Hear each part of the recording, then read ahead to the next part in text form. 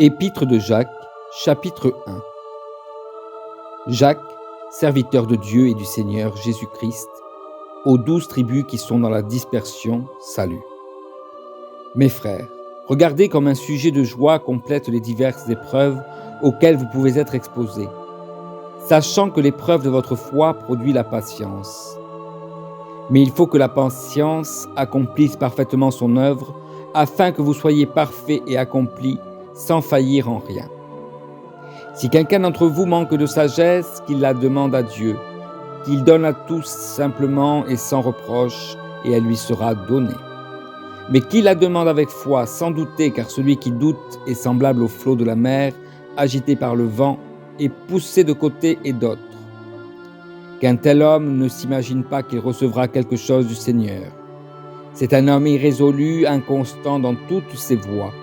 Que le frère de condition humble se glorifie de son élévation, que le riche, au contraire, se glorifie de son humiliation, car il passera comme la fleur de l'herbe. Le soleil s'est levé avec sa chaleur ardente, il a desséché l'herbe, sa fleur est tombée, et la beauté de son aspect a disparu. Ainsi, le riche se flétrira dans ses entreprises. Heureux l'homme qui supporte patiemment la tentation, car après avoir été éprouvé, il recevra la couronne de vie que le Seigneur a promise à ceux qui l'aiment.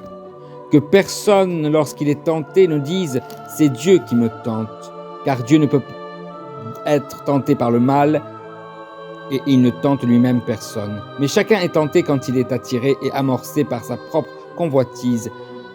Puis la convoitise, lorsqu'elle a conçu, enfante le péché étant consommé produit la mort. Ne vous y trompez pas, mes frères bien-aimés. Toute grâce excellente et tout don parfait descendent d'en haut du Père des Lumières, chez lequel il n'y a ni changement, ni ombre de variation. Il nous a engendrés selon sa volonté par la parole de vérité, afin que nous soyons en quelque sorte les prémices de ses créatures.